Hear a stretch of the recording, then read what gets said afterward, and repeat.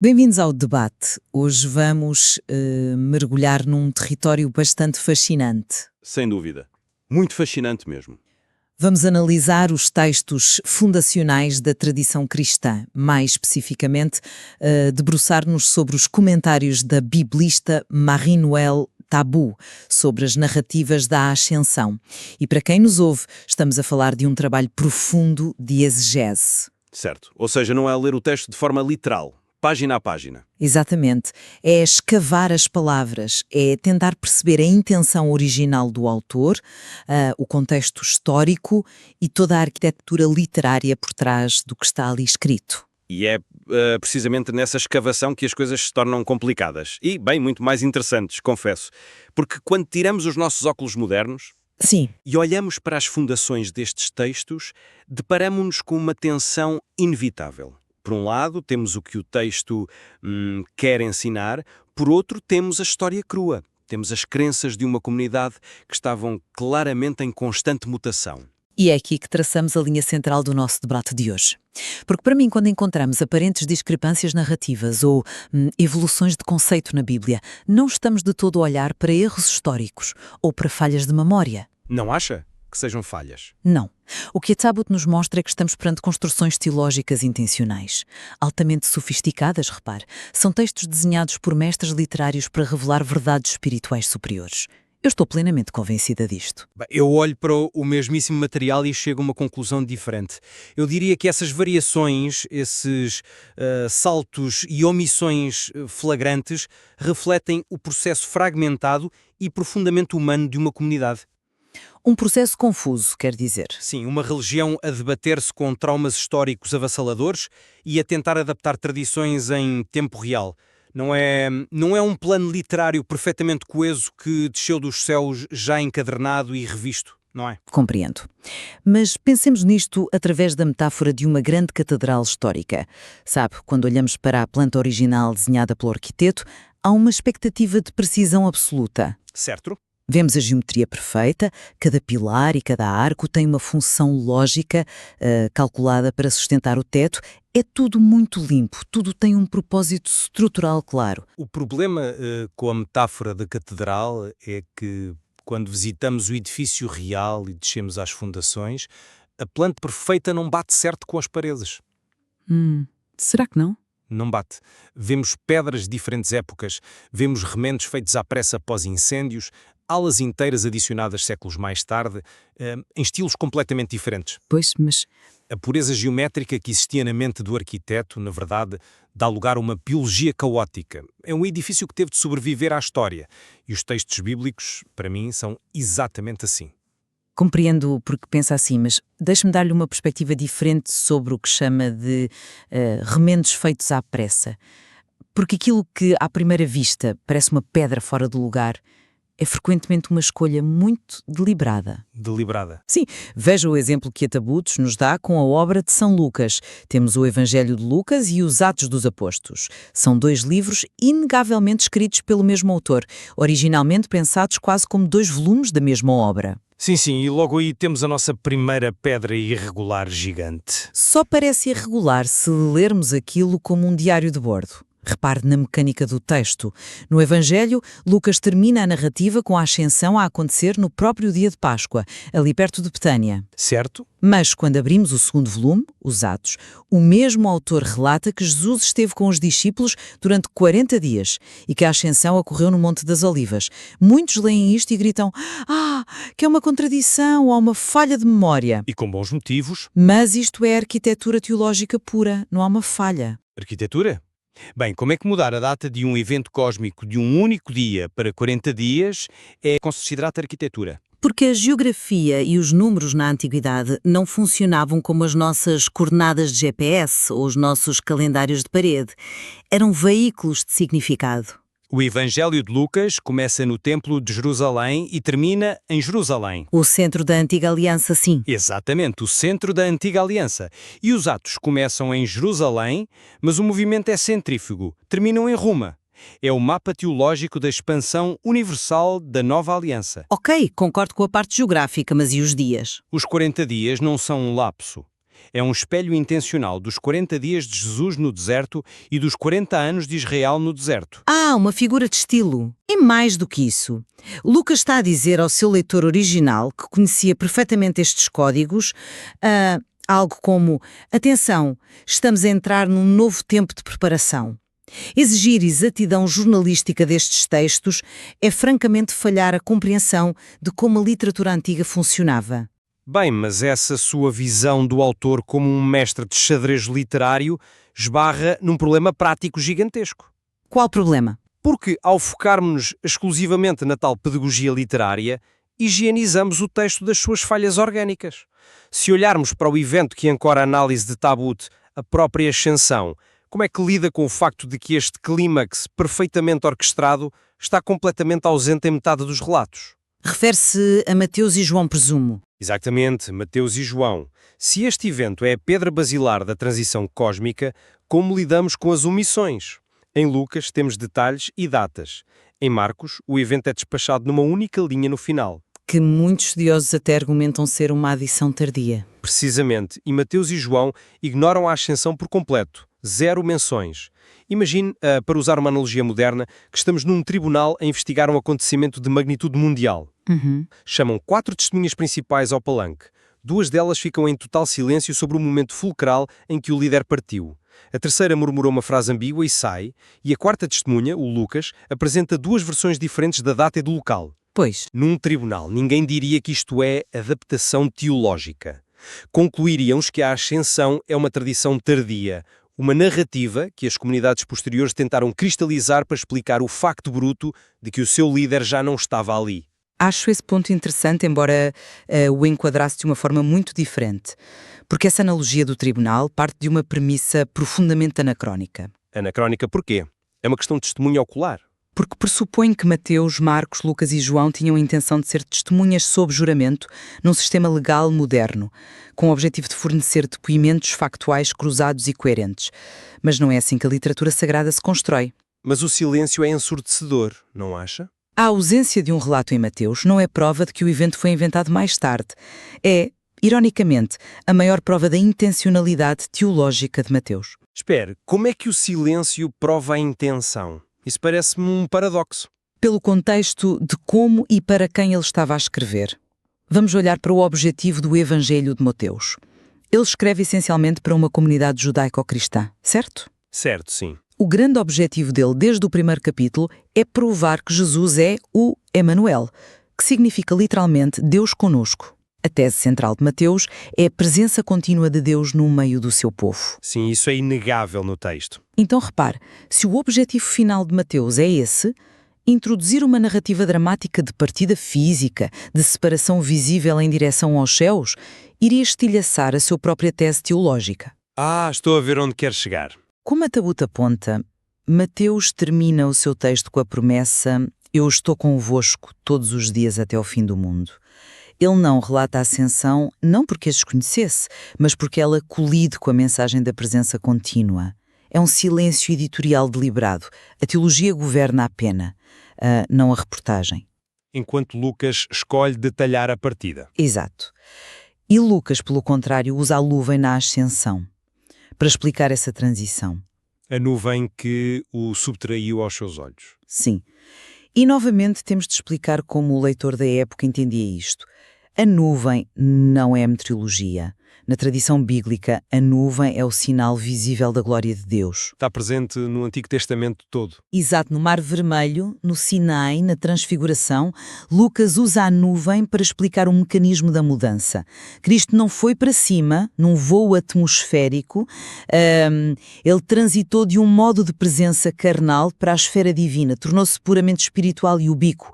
É uma autêntica obra-prima. Bem, a simbologia da nuvem é bela, admito, e concedo que a explicação sobre Mateus tem o seu mérito literário. Mas essa fluidez narrativa, onde se pode simplesmente omitir a partida do líder para fazer um ponto filosófico, não surge do vácuo. Então surge de onde? Acho espelho uma mudança muito mais profunda, confusa e, eu diria mesmo, violenta na compreensão do que Deus é. Uma mudança que vem de muito antes do Antigo Testamento. E é aqui que o texto da Tabu sobre o Salmo 47 é crucial. A evolução da realeza divina mostra-nos precisamente o como como é que a teologia muda? Muda à força. Está a referir-se ao impacto do exílio na Babilónia. Precisamente. Temos de explicar isto com clareza a quem nos ouve porque é uma mudança de paradigma gigantesca. Antes do exílio, ali no século VI a.C., Israel não era monoteísta no sentido universal que hoje assumimos. Não, eram monolátricos. Eram monolátricos, exato. Ou seja, eles adoravam apenas um Deus, Javé, o Deus do Sinai, mas aceitavam perfeitamente que as nações vizinhas tinham os seus próprios deuses reais e funcionais. Javé era o rei de Israel, Camus era o deus de Moab e por aí fora.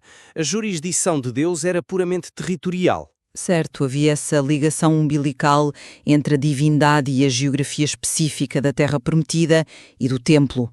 Exato, mas depois chega o trauma da Babilónia. Jerusalém arrasada, o templo é destruído, a elite é deportada. Ora, no pensamento antigo, se o meu país é destruído por outro país, isso significa que o Deus deles é mais forte que o meu. É uma crise existencial sem precedentes. Totalmente. Israel viu-se prenhe com um abismo. Ou assumiam que o seu Deus tinha sido derrotado, ou tinham de reescrever completamente a natureza do universo. Imagine o presidente da junta de uma pequena aldeia. Subitamente, a aldeia é submersa por uma barragem.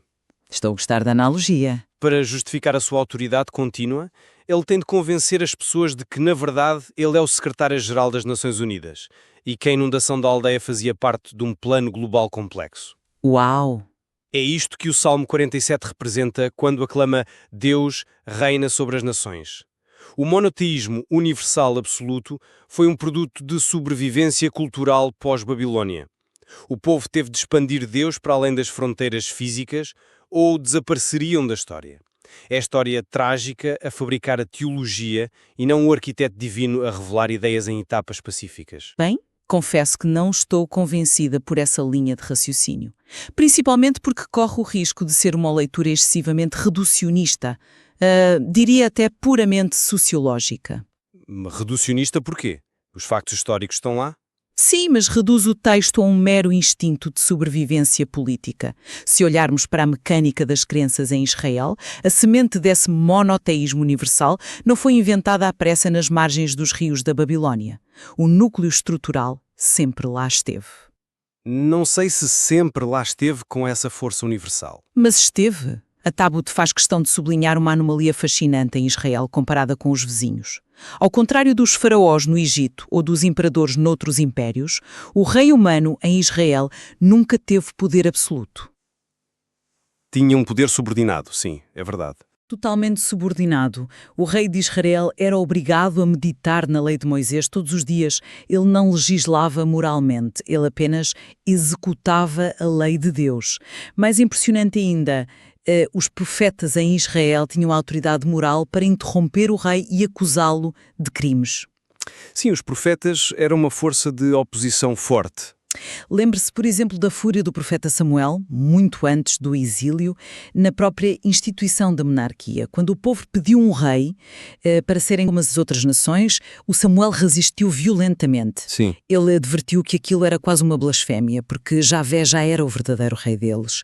Este núcleo teológico de submissão total a um poder divino superior permaneceu imutável. Portanto, o que o trauma do exílio fez não foi fabricar uma teologia do desespero. Então foi o quê? O exílio funcionou como o catalisador brutal para que a escala geográfica dessa teologia passasse de regional a cósmica. Sim, o trauma acelerou o processo, mas a planta do arquiteto, para voltar à nossa metáfora, já previa essa expansão desde o início. Bem, pode chamar-lhe um catalisador de uma planta prevista, mas a forma como essa revelação supostamente progressiva ocorre no chão de fábrica é inegavelmente confusa. Confusa como? E se quisermos falar do auge dessa expansão do poder divino, temos de ir ao final do Evangelho de Mateus, a fórmula trinitária. Esta é a ruptura teológica mais radical de todas e, no entanto, é entregue com uma dose de fragilidade humana quase cômica. Eu discordo totalmente da palavra ruptura. Considero antes o fecho perfeito do sistema. Mas explique a quem nos ouve a que fragilidade se refere. Vejamos o contexto. Estamos a falar do monoteísmo duramente conquistado de Israel, onde o nome de Deus era sagrado e uno. E de repente, no último capítulo de Mateus, temos a instrução revolucionária para batizar as nações em nome do Pai e do Filho e do Espírito Santo. Sim, e se olharmos bem, é aqui que a genialidade literária e teológica de que falei atinge o seu auge absoluto. Acha mesmo? Sem dúvida. O mecanismo gramatical que Mateus usa neste versículo é espantoso para um judeu do primeiro século. O uso da palavra nome está no singular. O texto diz no nome e não nos nomes. Certo, a gramática é singular. Ele está deliberadamente a unir três pessoas na essência única de um só Deus. E como a Tabot salienta de forma sublime, Cristo afirma na montanha da Galileia que todo o poder me foi dado no céu e na terra. Temos de ler isto em paralelo com o início do Evangelho. O episódio da tentação. Exatamente. É um contraste direto, simétrico com a montanha da tentação, onde Satanás lhe ofereceu todos os reinos do mundo se ele se prostrasse. Jesus recusou o poder ilegítimo, político e imediato, e no final o Pai confere-lhe o poder cósmico legítimo. É a prova de que há uma inteligência unificadora nestes textos. Lamento, mas não me convence. Não o convence? Não, e deixe-me explicar porquê. Usando os próprios elementos que Mateus nos dá nesse mesmíssimo cenário. Se este é um plano teológico tão perfeito e orquestrado, por que é que o autor não esconde a óbvia incompetência dos receptores da mensagem? Incompetência, isso é uma palavra forte. Mas é verdade. Na mesma montanha da Galileia, onde Mateus apresenta essa fórmula singular e cósmica, ele inclui um detalhe embaraçoso. O texto diz abertamente que alguns tiveram dúvidas. E nos Atos de Lucas, no momento crucial antes da ascensão, a grande pergunta final dos apóstolos, depois de anos de ensino, é: Senhor, é agora que vais restaurar o reino de Israel? Bem, eles ainda estavam agarrados a uma visão temporal e política do Messias. Estavam completamente perdidos. Enganaram-se na escala, nos prazos e no objetivo. Pense nisto no mundo empresarial moderno. Imagina o CEO brilhante a lançar a maior reestruturação corporativa da história. Uma fusão global. Lá vamos nós para as analogias. O plano mestre, o novo logotipo e a nova missão. E a meio da apresentação, metade dos diretores confessa que não acredita no plano e outra metade pergunta se a empresa vai voltar a vender máquinas de escrever na vila onde começaram. Pois, visto dessa forma... Se Jesus fosse esse gestor de topo, jamais delegaria uma operação de escala cósmica a colaboradores tão inaptos. Esta revolução trinitária resultou em caos e os autores não o escondem. Para mim, isto não retrata um sistema teológico ascético. Retrata a ansiedade de pessoas comuns que receberam um fardo incomensurável. Mas repare bem no que está a dizer. O facto dos autores registarem essas falhas tão flagrantes prova precisamente que eles não estavam a tentar fabricar uma mentira perfeita e higienizada. A fragilidade humana, que tão incisivamente descreve, não anula a arquitetura divina, na verdade necessita dela. Há uma anedota fabulosa do Papa João XXIII que ilustra esta dicotomia na perfeição e que a Tá Bonita até recorda no texto. A história do concílio, sim. Como sabe, o Papa convocou o Concílio Vaticano II, uma revolução colossal na Igreja. Ele confessava que frequentemente ia para a cama, consumido pela ansiedade com o peso de governar aquela máquina milenar. Sim, sim. Até que, no escuro do quarto, dizia a si próprio: Ângelo, não sejas tolo, quem governa a Igreja é o Espírito Santo. Virava-se para o lado e adormecia. É uma história fantástica. E, francamente, resumo o ponto central da minha tese. Como assim? A constante tensão entre o poder divino, reivindicado nos textos, e a permanente ansiedade humana. O Papa João XXIII sabia que o projeto dependia de variáveis absolutamente fora do seu controlo, exatamente como os apóstolos na montanha com as suas dúvidas todas. Compreendo. O que nos encaminha para o encerramento do nosso debate de hoje. Analisando os comentários de Marie-Noëlle Tabu sobre a ascensão e a evolução da teologia, a minha convicção mantém-se bastante sólida. E qual é a síntese da sua convicção, então? É que a análise profunda destes textos revela que aquilo que o leitor apressado vê como inconsistência ou falha histórica é de facto a estrutura de suporte de uma teologia profunda. Mateus, Lucas, os autores dos Salmos, eles sabiam exatamente o que estavam a fazer. Mantém que eram grandes arquitetos. Completamente. Não estavam a compilar crónicas jornalísticas. Estavam a moldar realidades eternas através de escolhas literárias muito precisas, como o tal silêncio sobre a partida física para focar na presença contínua em Mateus. O arquiteto sabe muito bem onde colocar cada pilar. Ao passo que eu concluo que o verdadeiro magnetismo destes textos reside paradoxalmente na sua textura áspera e imperfeita. Nas pedras irregulares. Sim, ao não esconderem as cicatrizes, as dúvidas no topo da montanha da Galileia, o trauma existencial do exílio na Babilónia que forçou o salto para o monoteísmo, as perguntas ingênuas sobre a restauração política, os autores bíblicos legaram-nos um documento profundamente honesto. É uma perspectiva muito humana. É o retrato de uma humanidade que tenta arduamente, pelo método de tentativa e erro, compreender um divino que não cabe nas suas categorias mentais.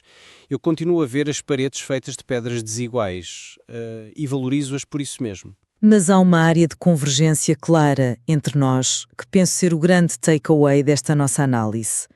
Ambos concordamos que ler estes materiais sagrados com o literalismo de quem lê uma ata de condomínio ou um livro escolar de história é uma tragédia intelectual. Uma tragédia absoluta. Subscrevo inteiramente. Seja a intenção puramente teológica de um autor visionário, como o meu argumento, ou o resultado das marés caóticas da história e do trauma, como você sugere, os textos exigem trabalho por parte do leitor. Exigem que abracemos as suas camadas e complexidades. É isso. Avaliar o mesmo material a partir de prismas diferentes. A lente do teólogo, que vê a harmonia da catedral, e a lente do historiador, que examina a argamassa irregular. É a única forma de respeitar verdadeiramente o peso do que está escrito. Precisamente. O texto resistiu a milénios porque tem uma densidade que desafia respostas fáceis. E sem dúvida continuaremos a descobrir novas pedras para examinar nas fundações desta estrutura formidável. E deixamos precisamente essa tarefa nas mãos de quem nos acompanha.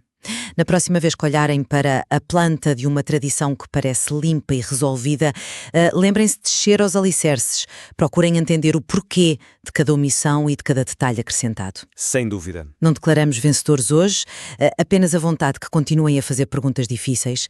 Obrigada por partilharem o vosso tempo connosco em O Debate. Continuem a explorar as fundações.